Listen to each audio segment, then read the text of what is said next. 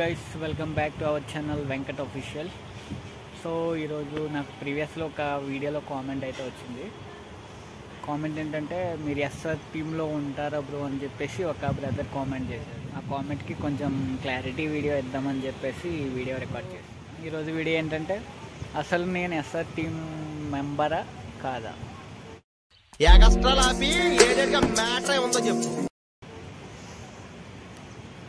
తెలియాలంటే పూర్తిగా వీడియో చూడండి. కంపల్సరీ మీకు క్లారిటీ అనేది వస్తుంది.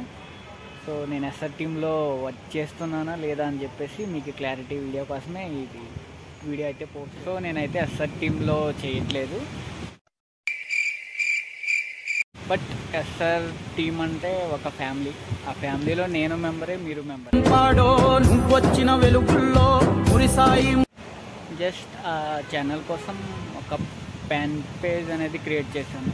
సో మీరు నా ఛానల్లో ఓపెన్ చేసి చూస్తే హోమ్ పేజ్లో నా వీడియో ఒకటి, ప్రాంక్ వీడియో ఒకటి ఉంది. ప్రాంక్ కాల్ చేసిన వీడియో మా మావయ్యతో. సో ఏమైందంటే, రీసెంట్గా ఇంట్రెస్ట్ వచ్చింది భువి ప్రియా వీడియోలు వైరల్ చేద్దామని చెప్పేసి. సో వాళ్ళు ఎప్పుడు వైరల్లోనే ఉంటారు అనుకో, బట్ నా ఛానల్లో కూడా వీడియోస్ ఉంటే బాగుంటుంది అని చెప్పేసి నేను ఆ వీడియోస్, షార్ట్ వీడియోస్ పోస్ట్ చేసా, లాంగ్ వీడియోస్ ఏం పోస్ట్ చేయలేదు. వీడియోస్ పోస్ట్ చేయడం అయితే ఎస్ఆర్ టీం వాళ్ళకి కూడా తెలుసు. నేను ఇక్కడ పైన మీకు స్క్రీన్ షాట్ పెడతా చూడండి. సో వాళ్ళ ఛానల్ వాళ్ళు గల్లీ పోలీస్ ఛానల్ అన్నీ వాచ్ చేస్తున్నాయి, ఆడియన్స్ వాచ్ చేస్తారు కాబట్టి సో వాళ్ళకి ప్రాబ్లం లేదు, మ్యాక్సిమం ప్రాబ్లం ఉండదు. ఫ్యాన్ పేజెస్ అంటే వీడియోస్ పోస్ట్ అవుతాయి, వాళ్ళకి ప్రాబ్లం ఉండదు, మాకు ప్రాబ్లం ఉండదు. సో వాటి ద్వారా అయితే రెవెన్యూ అయితే రాదు, అంతే, ఏం లేదు. జస్ట్ వాళ్ళు మంచి పనులు చేస్తారు, మనం పోస్ట్ చేస్తాం, వాళ్ళకి పేరు వస్తుంది, నా ఛానల్ గ్రోత్ అవుతుంది, అంతే. బట్ కామెంట్ చేశారు కాబట్టి క్లారిటీ వీడియో అయితే నేను చేయాలనుకున్నా, చేస్తున్నా. సో నెక్స్ట్ సండే నుంచి మ్యాక్సిమం నా ఓన్ కంటెంట్ అయితే పోస్ట్ చేస్తున్నా. సో అలానే షార్ట్ వీడియోస్ అయితే కంపల్సరీ ప్రియా భువి అయితే అప్లోడ్ చేస్తూనే ఉంటా.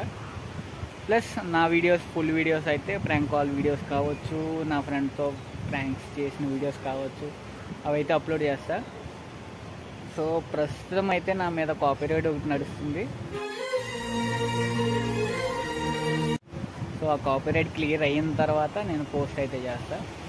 కాపీరైట్ దేనికంటే, నేను రికార్డింగ్ చేసిన వీడియోనే వేరే వాళ్ళు రికార్డింగ్ చేసి వాళ్ళు ఫస్ట్ పెట్టారు, నాది కొంచెం 2 minutes లేట్లో అప్లోడ్ చేశా.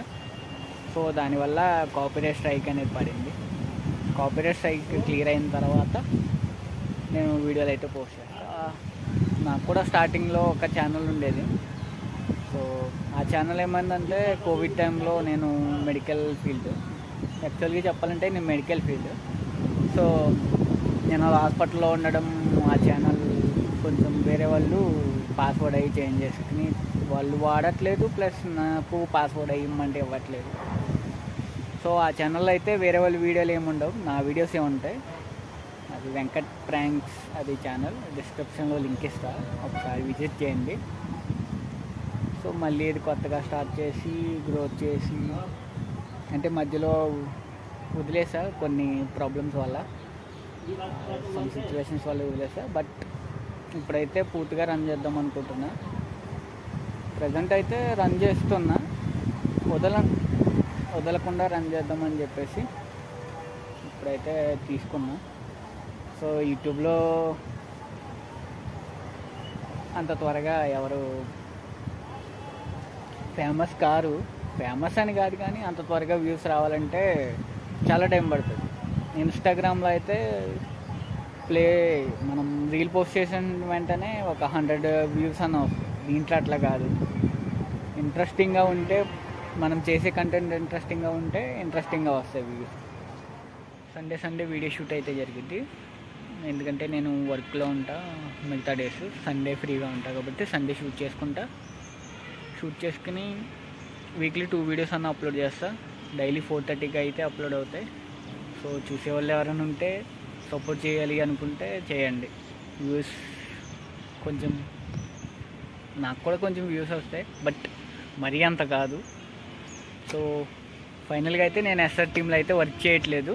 సో ఎస్ఆర్ ఫ్యామిలీలో ఒక మెంబర్ అంతే. Thanks for watching. Do like, share and subscribe. Mister Venkat official.